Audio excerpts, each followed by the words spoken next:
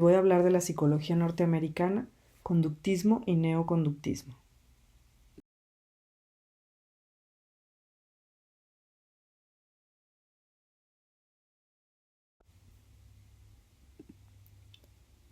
E. L. Thorndike. Se le considera una figura de transición entre el funcionalismo y el conductismo, esto porque no hizo abandonar del todo sus ideas mentalistas y el innatismo y su apoyo a la eugenesia. En 1897 llegó a Harvard, en donde tomó cursos con James, con quien hizo una gran amistad, y que gracias a la lectura de su trabajo Los Principios se inclinó hacia la psicología.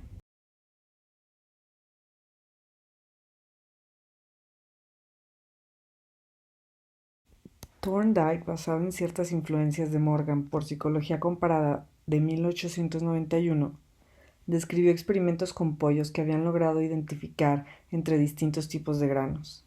Así, él comenzó a experimentar con los mismos animales, en un laboratorio que montó en el sótano de James, con libros apilados simulando pasillos de laberintos.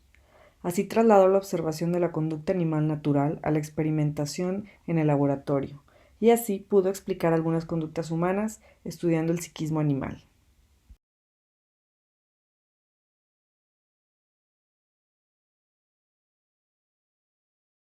Thorndike deja Harvard y se integra a la Universidad de Columbia por oferta de Cattell, en donde siguió trabajando en un ático.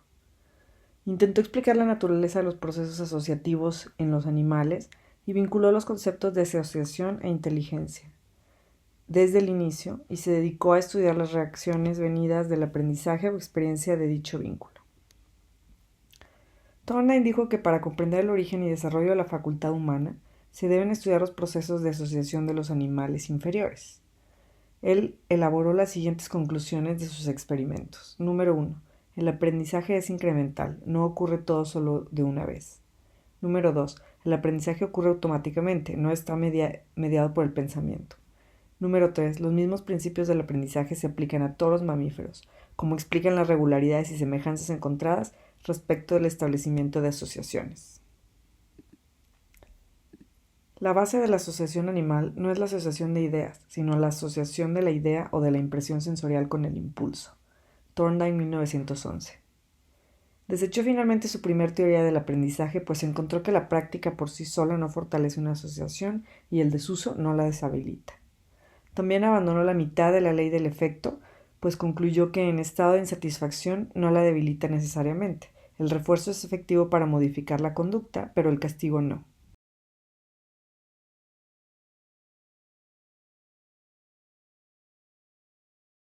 John Watson.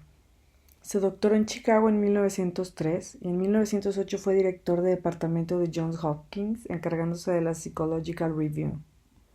Fue muy influyente en diversas publicaciones y eso le ganó la difusión y aceptación de sus teorías. Niega el innatismo y la eugenesia. Tiene la firme convicción de que no hay diferencia en el aprendizaje entre los humanos y los animales, y que los humanos y todo el complicado catálogo de emociones que tiene son simplemente combinaciones de reacciones aprendidas. Quiere hacer de la psicología una ciencia natural que estudia solamente lo observable, que es la conducta del hombre. Asegura que la psicología no necesita estudiar la conciencia, la metafísica, la atención, la voluntad, por tratarse de problemas subjetivos que solo han logrado apartar a la disciplina del camino de las ciencias naturales, experimentales, comprobables, predecibles por el método científico, que debe ser el mismo para todas las ciencias. Asegura que a todo estímulo hay una reacción que ha sido aprendida, no heredada, y por eso la base de sus investigaciones es el aprendizaje. Tras un estímulo y un refuerzo positivo, esto se refuerza con repeticiones y así surgen los hábitos, y la conducta del hombre es una mezcla de todas esas situaciones. Explicó experimentalmente cómo se adquiere una fobia.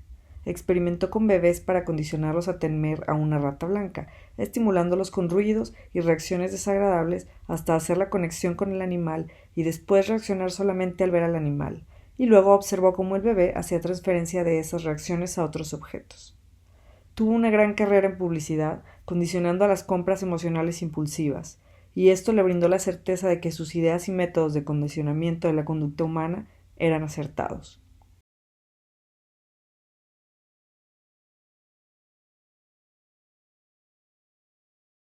A Tolman le pareció que la psicología era un atractivo compromiso entre la filosofía y la ciencia, según dijo en 1952, y se interesó por la disciplina.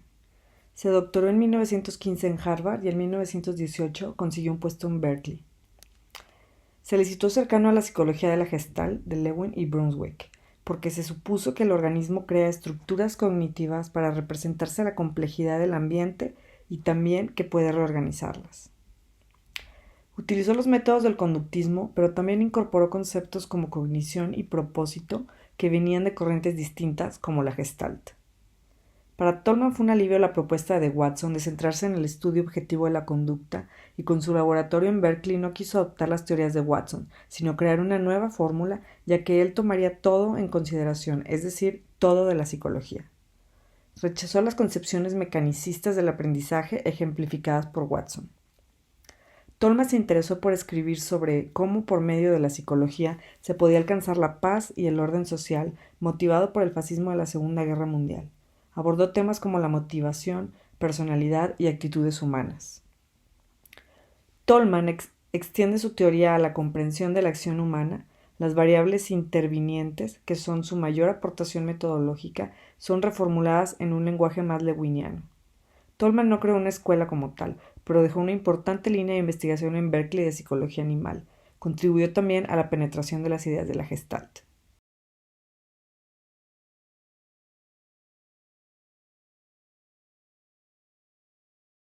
C. L. Hull. En el haber de Hull encontramos estudios objetivos sobre procesos cognitivos, test de aptitudes, análisis experimental de la hipnosis, construcción de diferentes máquinas y un interés por seguir desarrollando la verdadera teoría científica. Por eso no se puede hablar de él con un perfil reducido. Nació en Nueva York en 1884 y era apasionado de la geometría, lo que le llevó a sus estudios de matemáticas, física y química. Se dedicó después a la psicología por diversos problemas de salud. Se graduó de la Universidad de Michigan recibiendo su doctorado posteriormente a la Universidad de Wisconsin en un estudio experimental sobre el aprendizaje de los conceptos, esto en 1920. Desarrolló su teoría del aprendizaje mientras trabajó en Yale, donde pasó el resto de su carrera investigadora. Hull era principalmente mecanicista y esto se evidenciaba en su forma de pensar, en sus conceptos comparativos del hombre como máquina, al igual que sus procesos de razonamiento. Fue su máquina de correlaciones la que tuvo más notoriedad. Fabricada para los test de aptitud, reforzó su idea de que era posible construir mecanismos para reproducir capacidades humanas más complejas. Hull quiso desarrollar su teoría de neoconductismo para contrarrestar la fuerza que venía ganando la psicología gestal en su tiempo. Hull presenta sus sistemas en miniatura, que era su manera de hacer teoría. Eran básicamente mini teorías con postulados y teoremas basados en la experimentación. La expresión más completa de su sistema la plasma en su libro Principios de Conducta, en donde con 16 postulados desarrolla una teoría del aprendizaje que se sustentó en la aproximación de la variable interviniente de Tolman. Revisó los postulados en una obra posterior. Hull entonces era un psicólogo comprometido con el mecanicismo y construcción de teorías metodológicas hipotético-deductivas que dio entrada posteriormente a la psicología gestal, como fueron cambiando sus enfoques.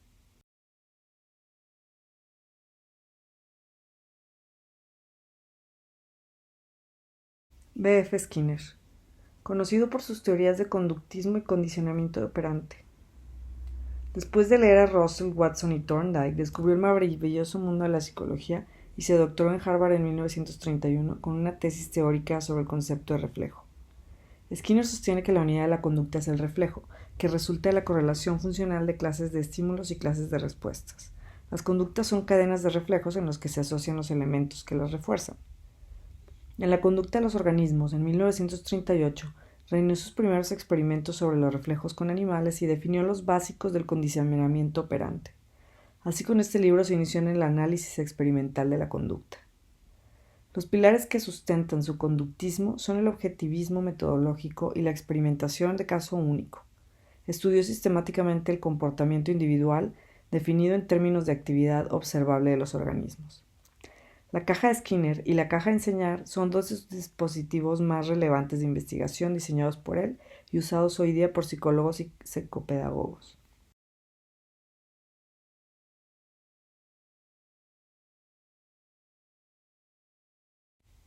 Muchas gracias.